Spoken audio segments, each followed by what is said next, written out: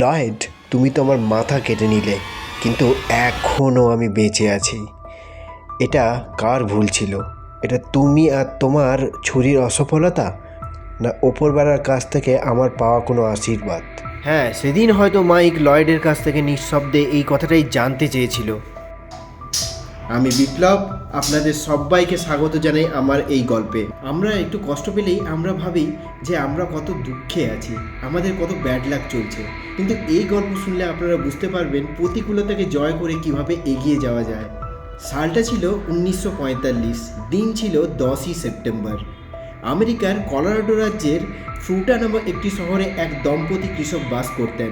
সেই কৃষকের নাম ছিল লয়েড ওয়েলসন এবং তার স্ত্রীর নাম ছিল ক্লারা ওয়েলসন। তিনি ডিনারের জন্য তার ফার্মেরই একটি মুরগিকে জবাই করতে যান। সেই মুরগিটির আনুমানিক বয়স ছিল 2 বছর 15 দিন। লয়েড প্রথমে তার ছুরি দিয়ে মাথা কেটে ফেলে, আর তারপরেই ঘটে সেই আশ্চর্য ঘটনা। সাধারণত কোনো মুরগির মাথা কেটে ফেললে মুরগিটি কয়েক সেকেন্ডের মধ্যেই ছটফট করতে করতে মারা যায়, কিন্তু এক্ষেত্রে ঘটল এক আশ্চর্য ঘটনা। লয়েড প্রথমে ছুরি দিয়ে মুরগিটির মাথা কেটে দেয় এবং তারপর অপেক্ষা করতে থাকে মুরগিটি মারা যাওয়ার জন্য। মাথা কেটে দেওয়ার ফলে মুরগিটি স্বাভাবিক কারণেই যন্ত্রণাতে ছটফট করছিল, কিন্তু সে মারা যাচ্ছিল না। মুরগিটির এইরকম অস্বাভাবিক আচরণে লয়েড ও ক্লারা বিস্মিত হয় এবং তারা সিদ্ধান্ত নেয় মুরগিটিকে ওই খামারেরই অন্য একটি জায়গায় স্থানান্তরিত করে দেওয়ার। আর খানিকক্ষণ পরে তারা ওই স্থানে এসে যা দেখেছিল তা সবাইকে সত্যিই বিস্মিত করে। তারা দেখেছিল মুরগিটি ফ্লোরের মধ্যে হাঁটাচলা করছিল, ডানা ঝাপটাচ্ছিল এবং খাওয়ারও চেষ্টা করছিল। তখন লয়েডের মনের মধ্যে ভালোবাসা ও মায়ার সৃষ্টি হয় মুরগিটির প্রতি। লয়েড ধীরে ধীরে মুরগিটিকে সুস্থ করে তোলে এবং তার প্রতি যত্ন নিতে শুরু করে। লয়েড মাইককে খাওয়ানোর জন্য একটি ড্রপার ব্যবহার করতেন এবং সেই ড্রপারের সাহায্যে দুধ, জল এবং তরল জাতীয় খাবার তাকে খাওয়াতেন।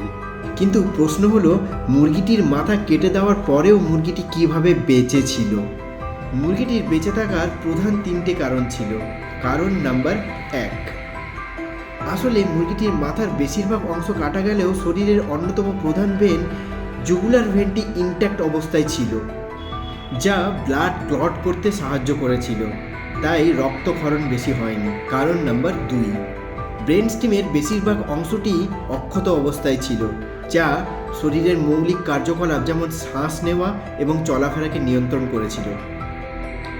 কারণ নাম্বার 3, কানের একটি অংশ সম্পূর্ণরূপে অক্ষত ছিল, যা শরীরের ভারসাম্য বজায় রাখতে সাহায্য করেছিল, তাই মুরগিটি হাঁটতে চলতে পারছিল। একটি মাথাবিহীন মুরগি বেঁচে আছে, শুধু বেঁচে থাকা নয়, হাঁটতে চলতেও পারছিল। আর সেই খবর কি চাপা থাকে?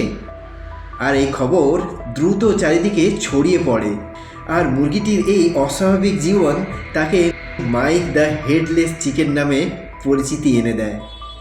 লয়েডের এই মুরগিটিকে দেখার জন্য অনেক দূর দূর প্রান্ত থেকে অনেক লোক আসতে শুরু করে। লয়েড এই মুরগিটিকে নিয়ে সার্কাসে যোগ দেয় এবং অনেক প্রদর্শনীতেও যোগ দেন। লয়েড দর্শনার্থীদের দেখানোর জন্য টিকিটের ব্যবস্থা করেন। প্রতিদিন প্রায় $100 বেশি ইনকাম হতো এই লয়েডের। মাইকের বেঁচে থাকা বিজ্ঞানের জন্য এক আশ্চর্যতম বিষয় হয়ে ওঠে। এই মাইক মাথাবিহীন অবস্থায় প্রায় 18 মাস বেঁচে ছিল। 1947 সালের একটি খাবারের টুকরো শ্বাসনালীতে আটকে যায়, আর তাতেই মৃত্যু হয় মাইকের। আর এই মাইকের গল্পটি আজও মানুষের মনের মধ্যে বিস্ময়ের সৃষ্টি করে। আর এই কলোরাডোর ফ্রুটা শহরে আজও Mike the headless chicken day celebrate করা হয়। এই গল্পটি আমাদের শেখায়, প্রতিকূলতা যত বড়ই হোক না কেন, যদি চেষ্টা থাকে তাহলে তা অতিক্রম করা খুবই সম্ভব। তো সবাই ভালো থাকবেন, সুস্থ থাকবেন, সবাইকে নমস্কার।